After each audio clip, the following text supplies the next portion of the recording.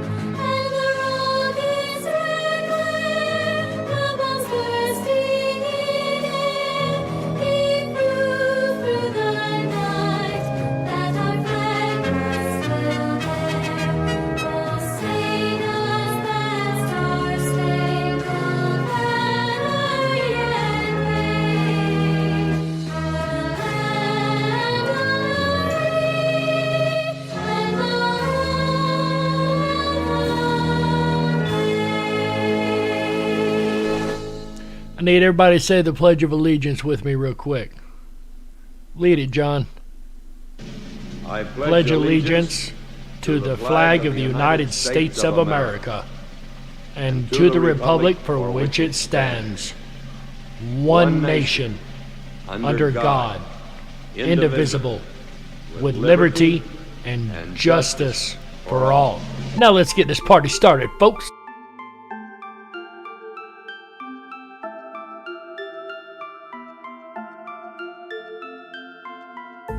Unlocked and into the dark.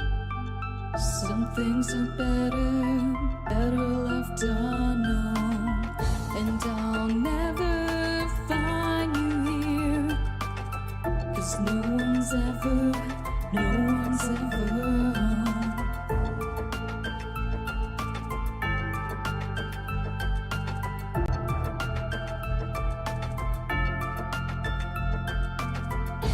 What a widow, a peaceful spider.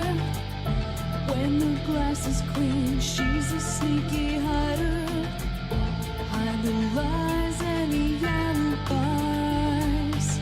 Oh, what a sinner, is it in her?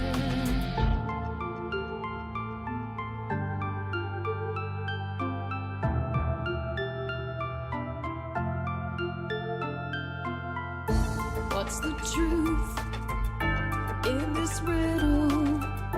Is love really just this simple? I can't seem to find my way in this world that never stays.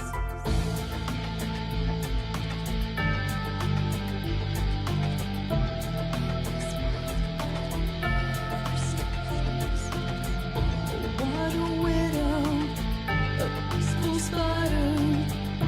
When the glass is clean, she's a sneaky hider. Hide the lies and the alibis. What a sinner, is it in her?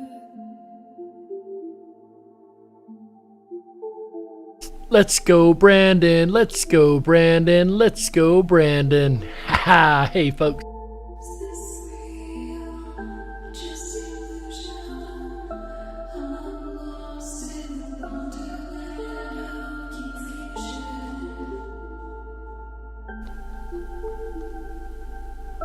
Brandon's lost in a wonderland of confusion.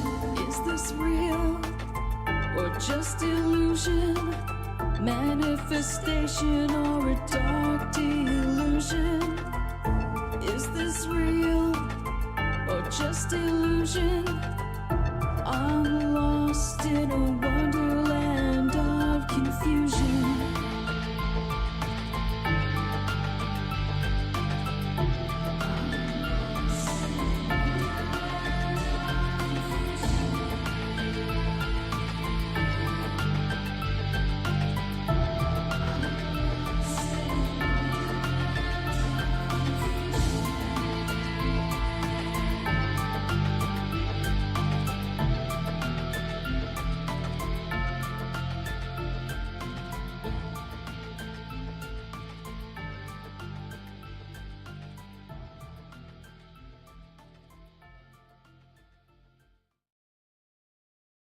Ripon Rabbit Hole is a community-driven radio.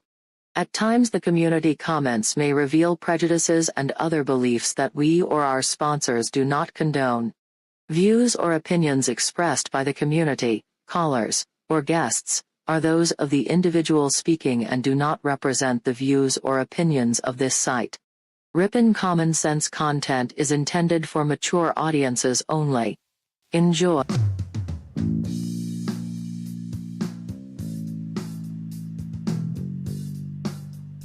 Coming to you from a secret cave, hidden deep within the wilderness. This is the Dark Wolf's Den Show. Now, here is your host, Jerry Hicks. That's right, I am Jerry Hicks, also known as the Dark Wolf. And we are broadcasting live from a secret cave, hidden deep within the wilderness of Tennessee. That's right. We're ripping through the electromagnetic soup. We're tearing through the atmosphere. And we're tunneling away into your radio like a quantum particle. This is the Dark Wolf's Den radio show for Wednesday, March the 30th, 2022. Haha. So whether you're on the edge of a reality, the edge of the galaxy, or the edge of your seat, we're glad you chose us to be right there with you. Folks, tonight we are continuing our State of Mystery series as we jump up to the great state of Pennsylvania. From cryptids to ghosts and so much more, the state is full of paranormal, and we're going to get through it together. But first, let's go ahead and see who all we have out here in our chat rooms, both on the Dark Wolf's Den Show as well as the Ripon Rabbit Hole YouTube channels. How you guys doing over here tonight? Quite a few of you folks I see hanging out. It's really good to see everyone. Over here in the Dark Wolf's Den Show, we got JoJo's hanging loose over here. Says, when I think of the state, all I can think of is the turnpike. It seems endless. I've never been on the turnpike, but it sounds like something that I don't want to be on. She said, oh, and the chocolate. Endless supplies of yummy, yummy chocolate. That's right, JoJo's hanging out in the Dark Wolf's Den Show chat over in the Ripon Rabbit Hole YouTube channel. We got Errol Taylor first in the chat. Glad to see you, Errol. Says, let's go, Brandon. FJB. And that, my friend, I do agree. Sandy B hanging out. This is good old PA. Strasbourg Red Caboose Hotel still there. Well, that's cool. Unfortunately, that will not come up this evening, but that sounds awesome. JoJo's waving in over here in the Ripon Rabbit Hole also, along with Mr. AJ, the Ripon Rabbit himself. Glad to see you, my friend. That's right, the weekend has begun, folks. Welcome to the weekend. Welcome to the end of March. Welcome to the beginning of April. We're going to start this weekend out right and have a blast all weekend long. You know it. You know how we roll over here. Raider Champion hanging out, dropping the Wonderland link. Glad to see you earlier, Raider, over in the International Mandela Effect Conference today. We did our mini conference online today with the Thinning the Veil was the episode, and man, did we have a blast. If you haven't checked that out, folks, definitely go on over there and check that out after this show. After this show. Don't leave this show. We prefer you watch this one first. Prairie Fire, good to see you, my friend. Hanging out, says evening, all evening, Prairie. Glad to see you. And man, Danny Mall. Any vine plans? No. Any vine plans? Oh, Pennsylvania. Any vine plans? He always got the anagrams going. Took me a minute to figure that one out. A lot of stuff going on in the world today, folks. A lot of stuff going on in the world today. We have some X-flares coming at us. The sun has been burping and belching at us for a couple days now. I guess it sent something like 7 or 8 flares our way. Everything from an A and G class all the way up to an X class flare. It should be hitting this evening, so if you start finding that you're having electronic equipment issues, that most likely is what will be causing it. I just wanted to make sure I threw that out there for you folks. Public service announcement, if you will. Besides that, paranormal going on in the world, but that's always going on, especially here at the Dark Wolf's Den Show. Welcome to everybody who may be listening around the world live. We've had a couple new people I've been handing the cards out to where I work, so I hope we have a couple people listening. We're glad to have everybody here. Sandy B says, thanks, Jerry, for the reminder. Yeah, definitely. We had a blast over there at IMEC today, folks. It really wears me out to do it, but man, is it fun hanging out with Cynthia and Chris and Shane. And we get into such amazing topics over there. It's mind-boggling. Nothing as fun as this, but hopefully you guys are safe with these CMEs coming your way. I do try to protect my stuff as much as possible. It's so good to see all of you guys here tonight. And of course, whether you are listening on YouTube or around the world on Ripon Common Sense Radio Network, the RiponRabbitHole.com, or on the Afterplay on the Ripon Rabbit Hole, BitChute, or Rumble, we're glad to have every last one of you guys along for the ride. That's right. And we're going to dive down into the state of mystery of Pennsylvania here in just a moment. But first, we have two more fun little segments to do, the first of which we call Today in History.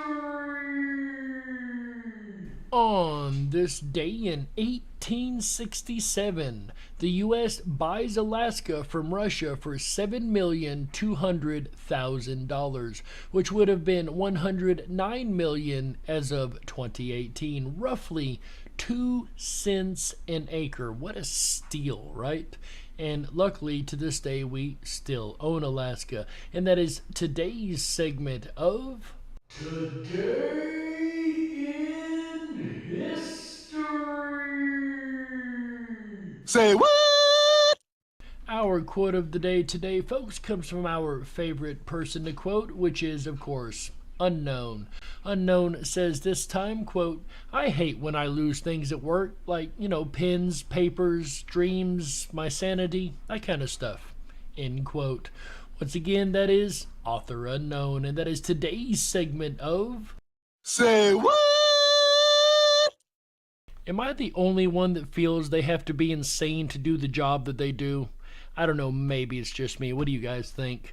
Anyway, speaking of insane, Pennsylvania has a lot of insanity when it comes to the paranormal, especially the cryptids, right? And our buddy Ben Miller actually happens to be from Pennsylvania, and he's back here with us this week to present the cryptids of Pennsylvania. We missed you last week, Ben. It's good to have you back. Tell us, what kind of crazy creatures do we have in your home state, my friend? I frequently thought about what cryptids Pennsylvania has, especially since I have lived here, and for the fact we really don't have any trademark ones, such as West Virginia has Mothman, New Jersey has a Jersey Devil, Massachusetts has a Dover Demon, and so on.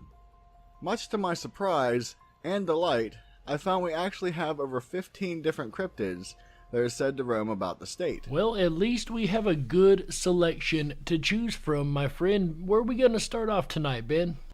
Starting off, Pennsylvania has quite a few lake monsters, and I want to talk about 4 of them, but in doing so, I am planning on lumping them all together in a way. Well, that sounds cool. We have seen a lot of lake monsters as of late, especially in the New England states, but I guess that would kind of be expected, right, with all the ocean that surrounds New England? 2 are fairly famous, while the other ones are in a territory that I love, which is obscure cryptids. A creature that I mentioned briefly in my Illinois video was called the Agua, and that is said to live in the Monongahela River. The Monongahela River, Ben? Could you repeat that for me, sir? In the Monongahela River. Yeah, what you said. It has been sighted as far back as the 1700s up until recently. This creature has a few descriptions, with some saying it is a turtle, while others say it looks like an alligator. That's a pretty big difference between the two, my friend, a turtle and an alligator. In some retellings, the turtle form actually has 2 heads. The turtle form is the most common description though.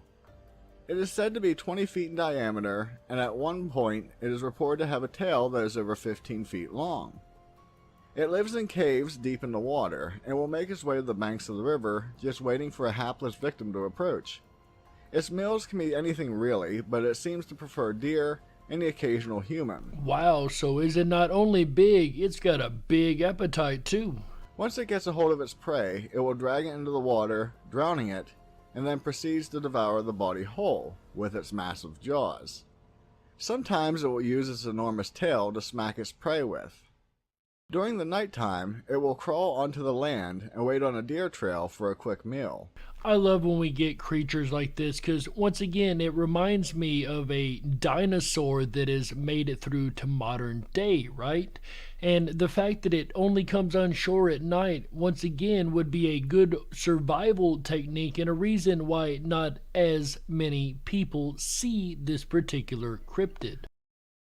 Isn't that right, Joe Blore hanging out with us in the Dark Wolf's Den show chat? Glad to see you, Joe. Yes, that is Chick's theme song, by the way. According to the legend, locals did manage to kill one with clubs, and it was said to weigh in at over 400 pounds.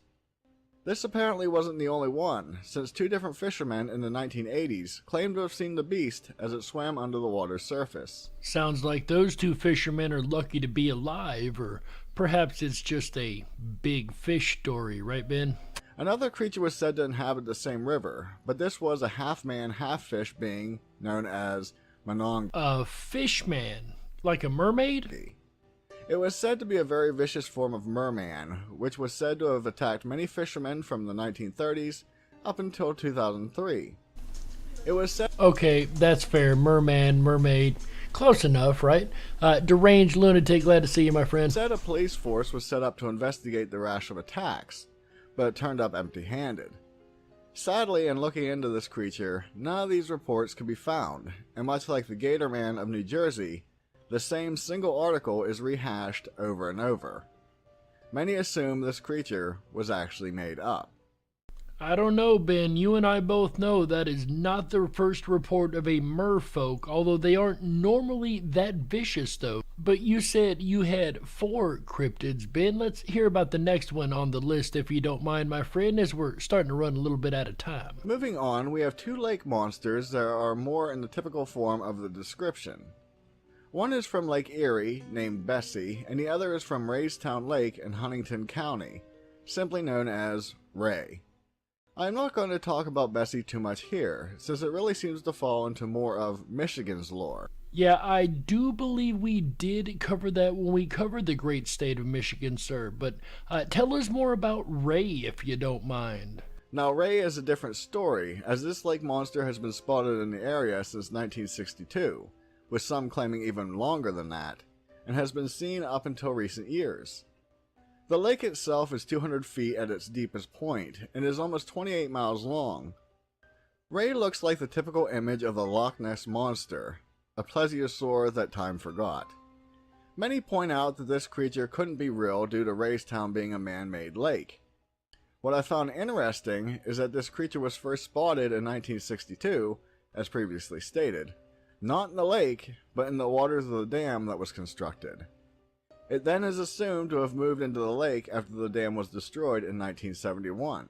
I'm with you, Ben. I love the fact that this creature's story is around before the lake itself is around, and that does make a lot of sense that it would have moved into the lake after the dam broke. The Raystown Ski Club actually considered canceling their water show when Ray was seen multiple times around the ramps that were set up.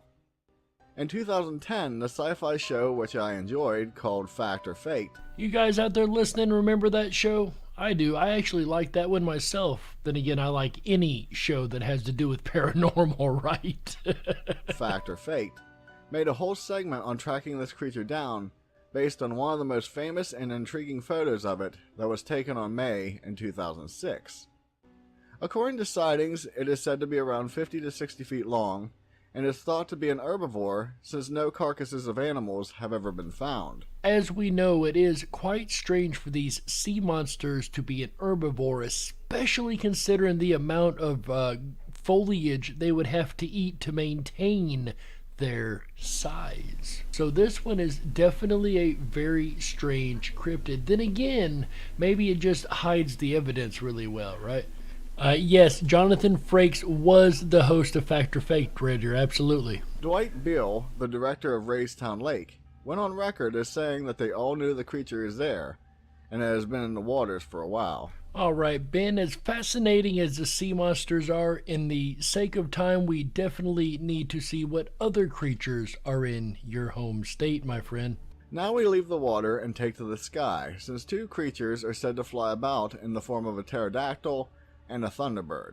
I'm starting to see a pattern here. It seems these pterodactyl creatures are showing up more in the northern states, not exclusively, mind you, but more so in the northern states, right guys? In the northern central part of the state, there have been reports of giant birds of legendary size since the 1800s. It certainly fits when you factor in that most of these birds seem to make their home in the least populated area of the state, and that most all sightings are in the Allegheny National Forest. Descriptions vary, but when in the air, they are said to be 2 to 3 times larger than a bald eagle, with some claiming it looks like to be the size of a small airplane. Some eyewitnesses say that the bird stands around 4 to 8 feet tall, a huge discrepancy. I was thinking the same thing, Ben. That's a big difference between 4 feet and 8 feet, my friend. Yeah, I know. And can have a wingspan between 15 and 20 feet. They are frequently seen just gliding in the air while hardly moving their wings, and true to Native American lore, they seem to fly towards impending storms. Now, that is very fascinating that it follows the same tradition as the other Native American stories we hear of thunderbirds across the country. A sighting on September 25, 2001 was reported as a witness was driving on Route 119 and could hear the loud flapping of wings in a thunderstorm. Looking out her window, she saw a huge black or gray bird casually flapping its 15 feet long wings, about 50 to 60 feet in the air, while in a storm, and it eventually flew to a nearby tree and rested on a branch, which she reported looked to almost break due to the bird's size. This creature has been said to attack all types of animals, and even has reported to have attempted to take small children. Honestly, with a bird that size, I would expect nothing less, as we know larger birds do tend to pick up smaller dogs, things like that. If it was that much bigger, then I could definitely see it grabbing a small child. In many counties around the state, there have been sightings of what appear to be a pterodactyl flying around as well. You know, Ben, before I started doing this state series, I never would have really gave a lot of belief into the pterodactyls, being a thing. However, we have heard so many pterodactyl stories across these states that I'm actually more amazed that I haven't seen one my darn self, right? Tell us, Ben, what do we know about this pterodactyl? Not much is known about this one, but there is a report from March 18th of 2012 in Fayette County. A man was out walking his dog when he suddenly heard a loud whooshing sound coming from the forest. When he looked up, he saw a reddish-brown creature that resembled a dragon, and was 22 feet long and had a wingspan of 18 feet. The creature had 3 to 4 talon-like fingers on the end of its wings, its tail was arrow-shaped, and it had the typical cone coming from the back of the creature's head.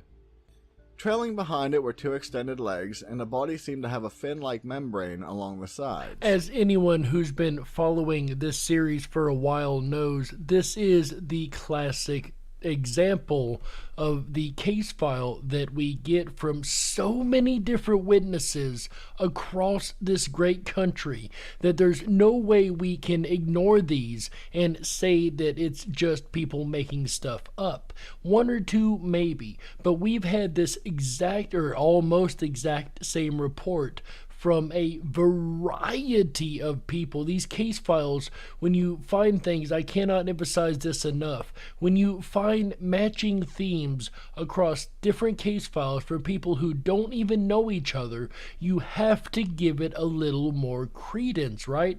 I know some people listening to this go, oh, a pterodactyl, whatever, if you're a new listener especially, but once again, I was like that at one point, and I've covered so many of these stories that there's no way now that I disbelieve that pterodactyls exist to this day, right? I am fully on board with this. Now things get more fantastic when he mentioned the eyes and mouth were illuminated with a light orange glow. Okay, that is something that we definitely do not find in the general case files, is the glow coming from the eyes and mouth of these creatures. As it flew away, he claimed it produced a sound that was like a foghorn. While many say they can't exist, and I'm not saying that they do, it is interesting that the similar-looking Ripon from Papua New Guinea also has been said to produce light as well. Wow, really, Ben? See, I didn't even know that myself. You just taught me something. I appreciate that. In addition to the cryptids I've already talked about, there are a few that I would like to mention as well. Shockingly, the Jersey Devil was included on the list, since during the outbreak of sightings in New Jersey, there were a few reports of people on the eastern side of the state seeing the same cryptid flying overhead in what many assume was a trip bound for New York. This theory is also supported when you look into sightings of this creature, and that there were reports during the same time frame in New York. The fact that you can verify that the creature was also seen in New York and the claimant says that it was headed in that direction is also really, really interesting for that case file. And again, I've never heard of the Jersey Devil being spotted outside of Jersey, so there you go, folks. We both learned some new stuff tonight, right? Earth Daughter says, sounds more like a dragon, you know? It kind of does, doesn't it? With that long spiked tail like that. Going a step farther, there have been reports of people seeing the Chupacabra around Dauphin County around 2010. As we know, the Chupacabra are not usually noticed in northern states. That's usually more of a southern state creature. Having experienced one myself down here in Tennessee, I gotta say Pennsylvania is the most north I've ever heard of a Chupacabra case file. Although these are said to be the mangy dog variety and not the original reptilian form. Many of my viewers know I don't consider the dog version an actual Chupacabra. Now, I'm with Ben on this one. I also do not consider the dog version an actual Chupacabra, mainly because of my experience and what I've seen. It was not a dog-type creature by any means. I believe that is actually more likely than not people trying to make a quick buck off the story. The only Chupacabra creatures that I actually give any credence to are, like Ben said, the reptilian style, or even if someone would say more like a cat, I would give a little more credence to that than a dog-type Chupacabra. Also on this list of honorable mentions, there are of course many reports of Bigfoot sightings, including a few different and unique varieties. One of the most famous is the white one that was spotted in 1970, 1973 in Monroe and Beaver County. I don't really think there's a state in the entire USA that doesn't have a Bigfoot case file, right? That is kind of like standard cryptid for America, if you ask me. A video emerged in 2008 from Carbondale, which is in Lackawanna County, and it shows the white Bigfoot in great detail. Many claim the video is authentic, but then there are a lot to say it's fake, as usual. But I'm not getting into that here. I originally thought the sightings may have been of an albino Sasquatch, but in the first reports it had black eyes, which many of us know true albinos, in the animal kingdom at least, normally have red or pink eyes. What makes this interesting is that albino humans can have brown eyes. So, does this lend more credibility to Sasquatch being a relative of humans? Well, first, I didn't know that albino humans could have brown eyes. That might be a Mandela effect, folks. Check that out if you would.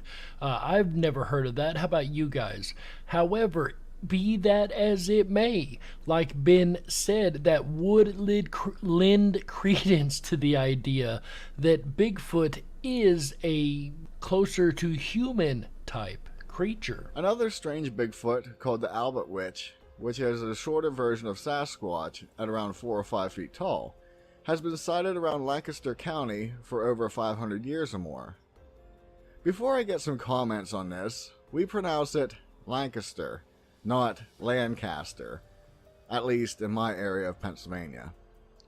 This Bigfoot, outside of being on the shorter side, has reddish brown fur, is very lanky, and has a taste for stealing apples. The Native American Susquehannock tribe were the first to spot this little Bigfoot, and today there actually is a festival held in the area for this cryptid. The name literally means apple witch. So I've never heard of a miniature Bigfoot. That's kind of a new one on me, Ben. But of course, that's all the time we have tonight for cryptid creatures anyway. I would like to thank our friend Ben Miller for being back with us tonight to present his home state. Nonetheless, it's been an honor to have you on the show again, my friend. Also, speaking of honors, I had the honor of joining my team with IMEC earlier, the International Mandela Effect Conference, as we did our show, our monthly show. Our monthly conference, mini conference, if you will. Anyway, folks, you can check that out on the IMEC YouTube. And of course, that music means we've run out of time for the first half, so we have to go ahead and take a network break right here. My name's Jerry Hicks, also known as the Dark Wolf, and you're listening to the Dark Wolf's Den radio show exclusively on Ripon Common Sense Radio Network, the Ripon Rabbit Hole. We'll be right back with the second half of the Dark Wolf's Den show and the Ghost of Pennsylvania after these messages. Stick around. Don't touch that dial. That's right. We gotta stoke the fires and run off the men in black. Don't touch that dial. We'll be right back.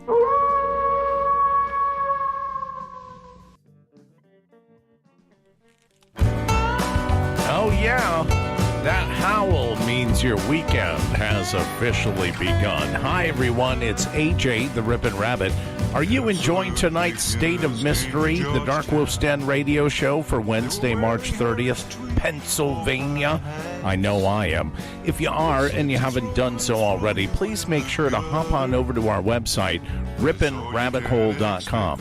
That's RIPONRABBITHOLE.com. There you can sign up for your exclusive Backstage VIP pass. It's going to give you unfiltered access down the rabbit hole to our privatized social media network. It's absolutely free to sign up for, and it always will be, but it's going to connect you to our community-generated press and give you access to the Backstage 24/7 VIP Lounge. Jerry Hicks and the Dark Wolf's Den show will return again tomorrow night and end out the month right together with you. That's Thursday, March 31st. Come along with him as he howls at another State of Mystery tomorrow night, Rhode Island. Starts at 7 p.m. Pacific, 10/9 Central, as all shows do.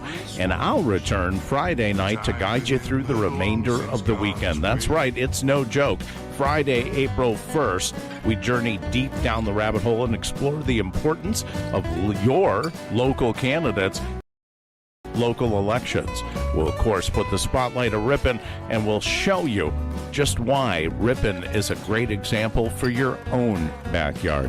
That's Friday, April 1st. Then Saturday night, April 2nd, come along with me as we journey and explore the rabbit hole of the 25th Amendment. Yeah, that's right. What happens if our president is mentally unfit to fulfill his role in office? We're going to take a look at just exactly how the 25th Amendment, the Constitution of the United States, has prepared for that moment, a moment that perhaps we will witness in our lifetime. And then we'll end out the weekend right together with you Sunday, April 3rd. Sunday night, get ready, as the first Sunday of the month brings to the airwaves Beat Eugene.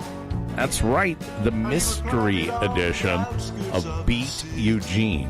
You will want to mark your calendars and be here or be square as we play the most interactive family game show on radio. An evening of challenges, riddles, puzzles, and mysteries. Sunday night, April 3rd, 7 p.m. Pacific, 10/9 Central. Make sure to tell your friends, tell your family, heck, tell your family's friends to be here and join us for the rest of the weekend. We'll return back to tonight's topic, State of Mystery for Pennsylvania, with your host, Jerry Hicks and the Dark Wolf's Den radio show. You're listening to the Ripon Common Sense Radio Network, home of the Freedom Flame, the Ripon Rabbit Hole. Would you like to support what we're doing here? Are you enjoying what you're hearing? If so, there is a way to support us. You can buy our book, Moon Madness, available on Amazon. $7 for paper or for Kindle, $12 for paperback. Not only are you supporting us here, but you also get a book. It's a win-win-win. Can't beat that. And now back to our State of Mystery, folks. If you were meant to be controlled, you would have come with a remote, but you didn't.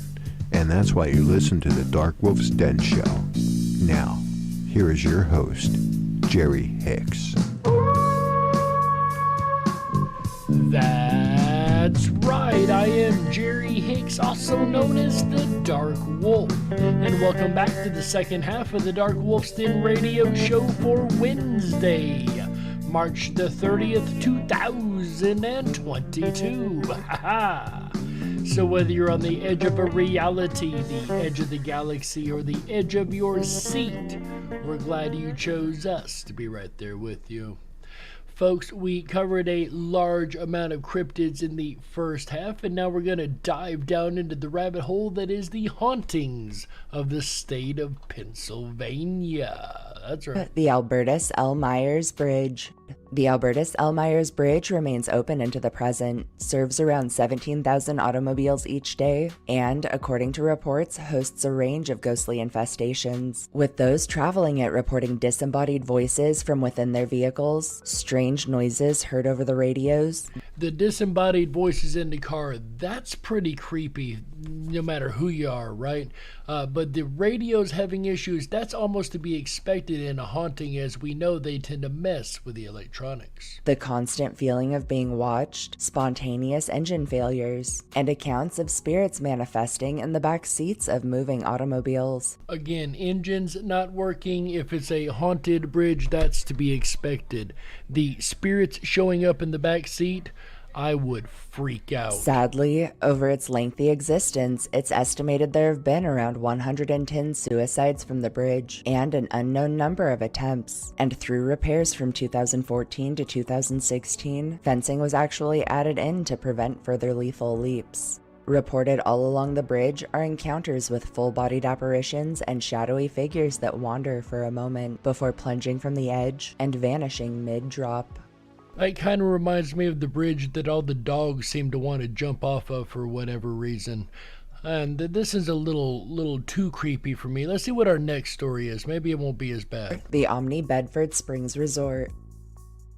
The Omni Bedford Springs Resort, located off Business Route 220 outside of Bedford, Pennsylvania, is a 300-acre mineral springs resort recognized as one of the most well-preserved 19th century mineral springs hotels around. In 2007, the hotel was fully restored and reopened to guests, and in 2009, it would fall under management of Omni Hotels. The Omni Bedford Springs Resort remains open into the present, offering guest rooms, a full-service spa, golf course, restaurant, tavern, pool, and a purported mountain of paranormal activity, with both staff and guests reporting disembodied voices from vacant spaces, footsteps in the halls at night, the constant feeling of being watched or followed, and the sense of never truly being alone. So it seems that this property has a large variety of active activity, though in a state as old as Pennsylvania, I would expect nothing less, right? What about you guys? The apparitions of soldiers in uniforms from World War II have been encountered. And of course, just the apparitions themselves normally qualify as stone tape, as they don't tend to have environmental interaction. And ghostly children have been captured in the backgrounds of photography. Also reported across the premises are doors spied opening and closing on their own, objects sighted floating in mid-air, and faucets and showers found turned on within locked rooms. Lastly, the spirit of a young woman has been encountered throughout the building, especially near the pool, and is often mistaken for just another guest. And a shadowy form has been sighted slinking around on the reservation's deck, and has been heard typing heavily on the keyboard. Kind of makes me wonder what the message is that comes out the other side. But on a serious note, this place has a large amount of haunting activity to it, as well as images captured in photographs, which isn't exactly something that we get a lot of.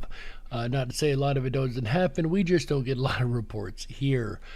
But I do believe this hotel is open to the present day if you are a paranormal researcher that would like to check it out. Hershey Park.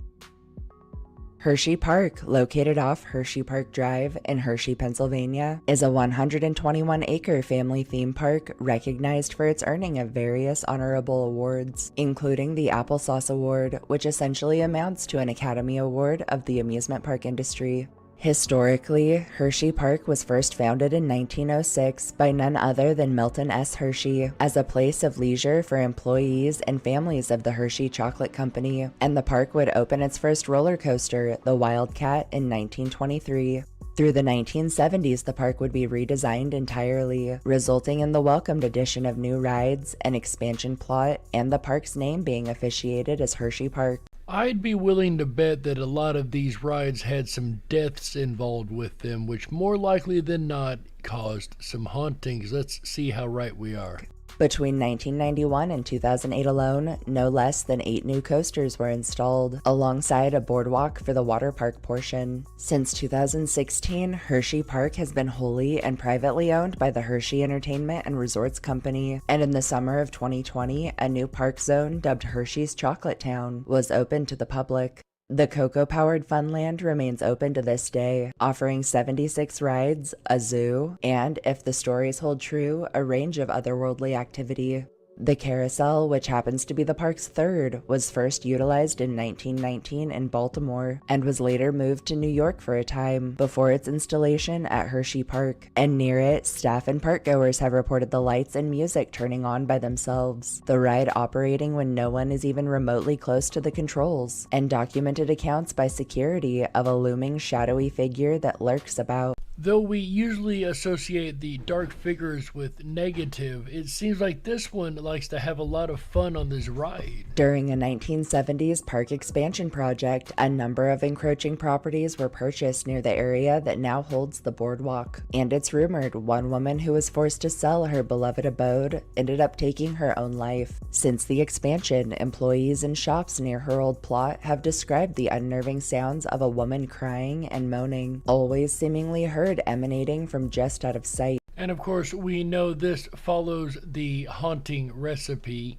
high emotion, high trauma, high chance of haunting, and suicide always fills all three of those categories. The lighthouse near Hershey Park's entrance is all that remains of its original swimming pool, which, while in operation, is said to have claimed countless lives in various accidents. And those near the light have reported sighting small children in old-fashioned attire from their peripherals that, when they do a double take, have always vanished. In 1977, the Super Duper Looper coaster was opened, and within a month, 16-year-old employee William Harder was run over and killed while performing repairs. Since his passing, countless reports have detailed a shadowy figure about his size, spied standing or walking along the old ride's rails. Well, I'm not sure about the high emotion on this one, but definitely the high trauma. I would assume the high emotion's there because we've got a haunting nonetheless.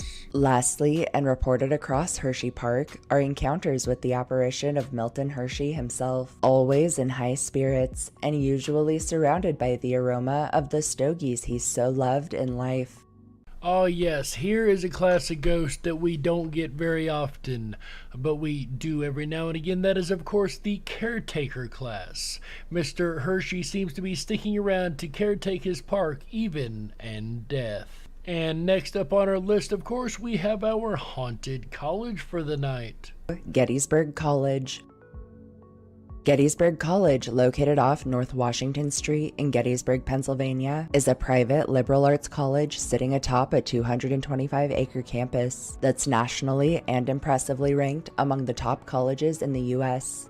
Originally called Pennsylvania College, the school was first founded by Samuel Simon Schmucker in 1832 as a sister institution to the Lutheran Theological Seminary. From July 1st through 3rd in 1863, the locale would be subjected to the horrors of the Battle of Gettysburg, during which time Pennsylvania Hall, or Old Dorm, was utilized as both a Signal Corps station and field hospital by both sides at different points. In 1888, the school's first female students were admitted. In 1921, the organization's name was changed to Gettysburg College. And in 1925, Henry Scharf would construct the Majestic Theater as an expansion to the historic Gettysburg Hotel. In 2005, this theater would undergo extensive renovations and would be transformed into a main performance and event stage for the college and community. Gettysburg College remains open into the present, accommodating around 2,600 students, with its main campus boasting over 90 buildings, most of which are significantly historically relevant. If you are a paranormal researcher interested in researching this particular college, it is open, it seems like, to the public. Haunted activity on campus is said to stem from the many who perished on its very grounds, as well as from its close proximity to the Gettysburg battlefield. And time again, Gettysburg College has been recognized as one of, if not the most haunted college in the U.S. You heard that right, folks. Not only is it open for business, it is the most haunted college in the U.S. It looks like it took us long enough to get here, but we have found the most haunted college in America. And, of course, being at Gettysburg and on a battlefield uses a battlefield hospital nonetheless. It would be expected to be haunted. Again, in these cases, I'd be more surprised if it wasn't, right? With students and faculty reporting disembodied footsteps from empty spaces, knocking heard from within walls, orbs and strange mists visible to the naked eye, accounts of security alarms sounding for no reason, and the feeling of being touched, grabbed, or pushed by unseen hands. On countless occasions, students have been awakened in the middle of the night to the sound of someone or something being dragged across nearby floors, and several have described leaving to go to the bathroom and returning in just minutes to find all their belongings rearranged.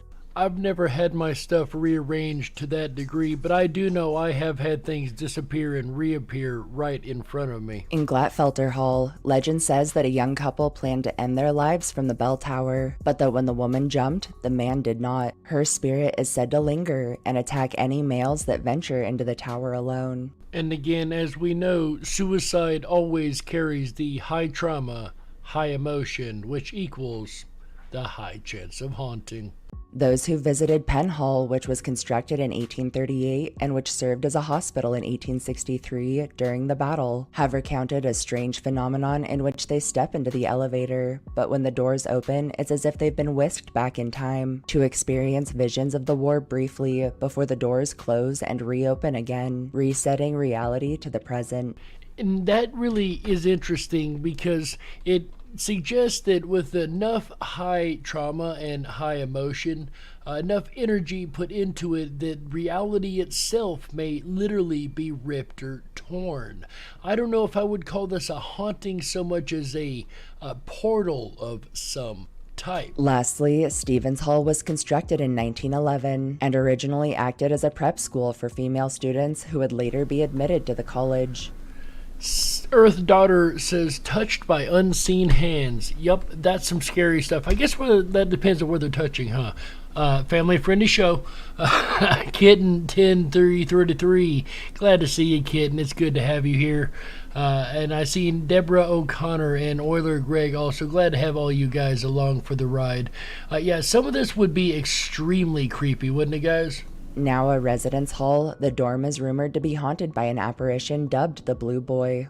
As legend has it, one winter night long ago, some girls at the prep school met an orphan boy who they let into the building to stay warm for the night. When their house mother came to check on them, they hid him on a window ledge, and later when they went to retrieve him, he was gone. To this day, no one is certain what became of him, but his little blue face is commonly spied pressed against windows, and those frequenting the property have reported strange noises that echo through the building at night. And that, folks, is the most haunted university in all of America, and it just happens to be located in Gettysburg, Pennsylvania. Pennsylvania, I tell you, is a state absolutely packed full of history, which causes a long time, hauntings after a while. especially with the amount of history from the colonies on, as Pennsylvania, if I'm not mistaken, was one of the original colonies. But it looks like Pennsylvania has more than hauntings. It has cryptids. It has a load of paranormal activity. As we had last week, we've got another state that is yet packed with the paranormal. But what do you guys think? Do you guys think that we've covered enough paranormal to consider Pennsylvania a state of mystery? Or do you think we're barking up the wrong tree? In the end, folks, all you can do is look at the evidence, apply a little common sense, and you be the judge.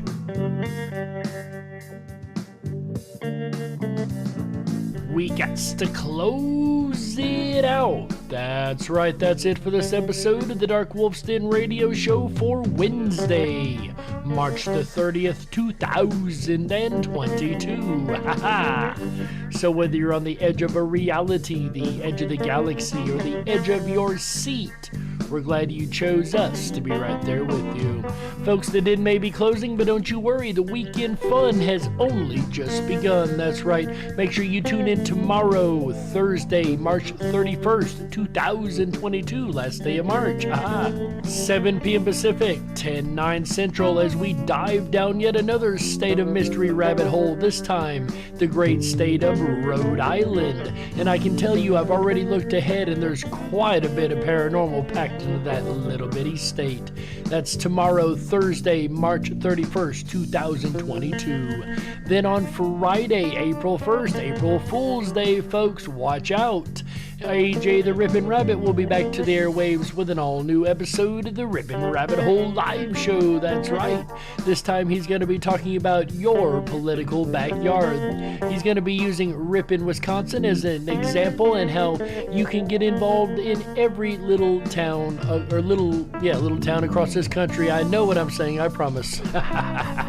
He'll be discussing that on Friday, April 1st, 2022, 7 p.m. Pacific, 10/9 Central.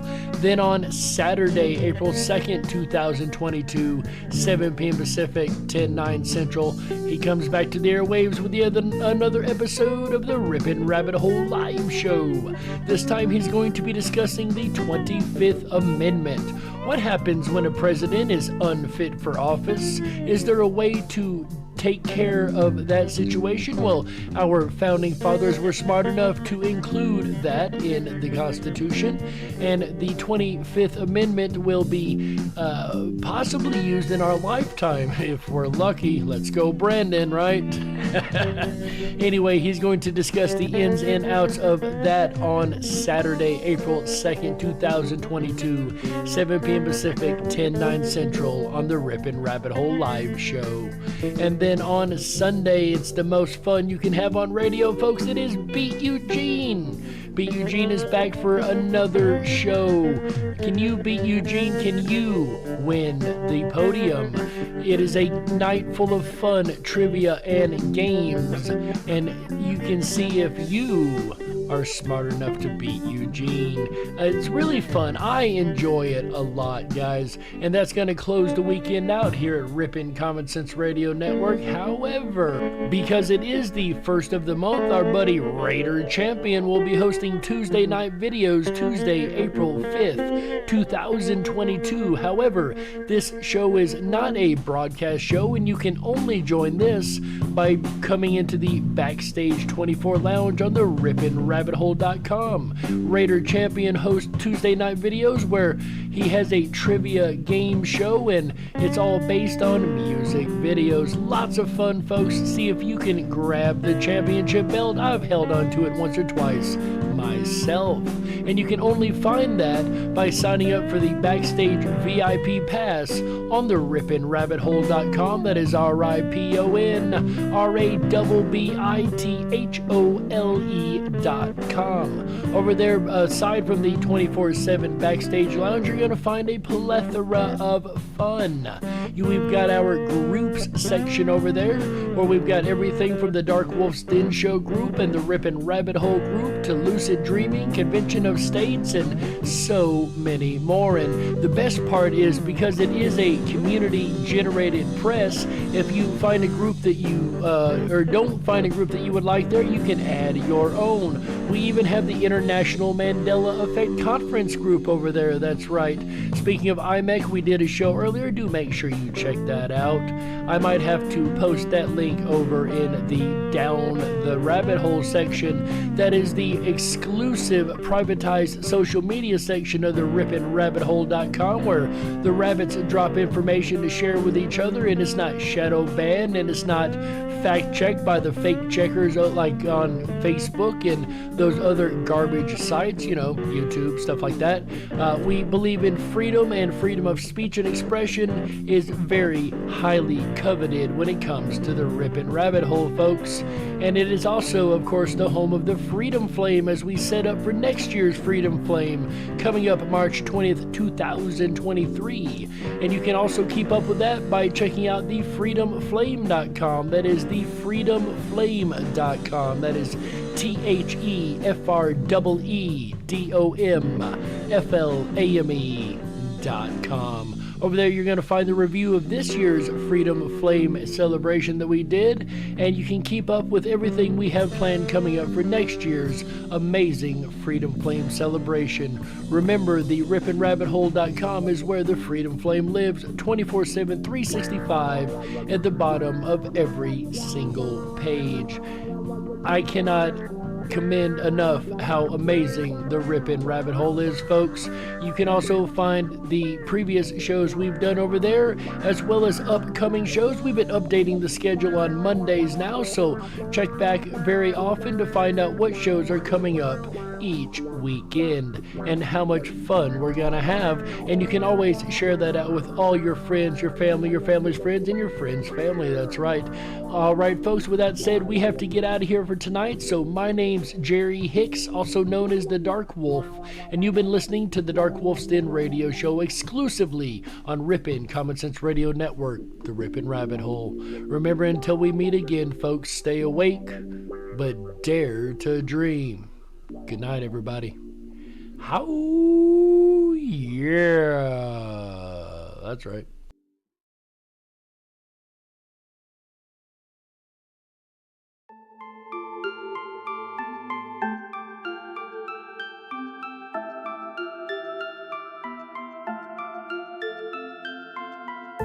I'm lost and into the dark. Some things are better left unknown. And I'll never find you here, 'cause no one's ever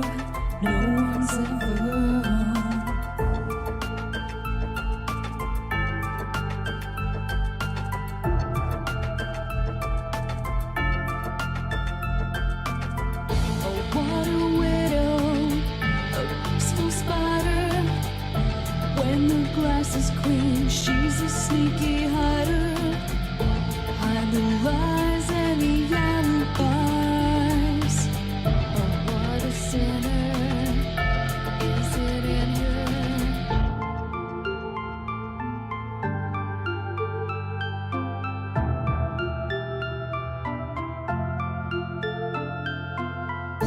What's the truth in this riddle? Is love really just this simple?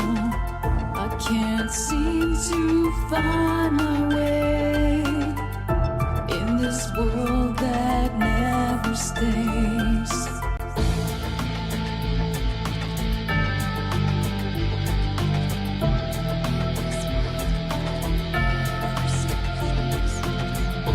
What a widow, a peaceful spider.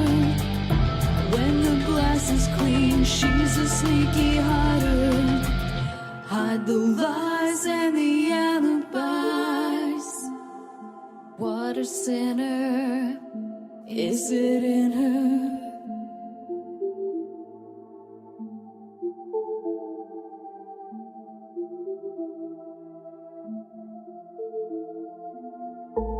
Is this real? Just illusion. I'm lost in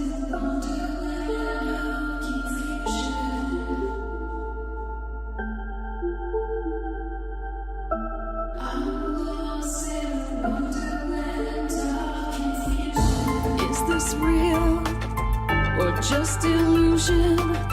Manifestation or a dark delusion? Is this real or just illusion? Brandon's lost in a wonderland of confusion.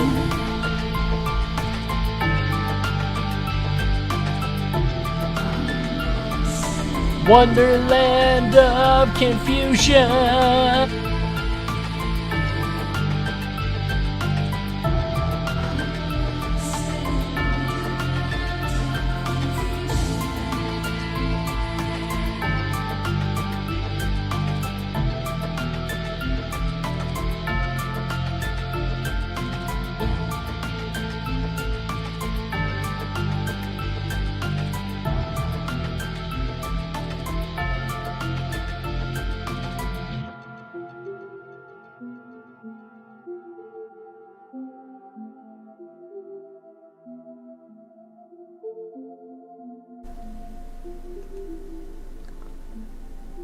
Ladies and gentlemen, it's been an honor to have you here. Until tomorrow night, stay awake, but dare to dream. Let's go, Brandon. Bye, everybody.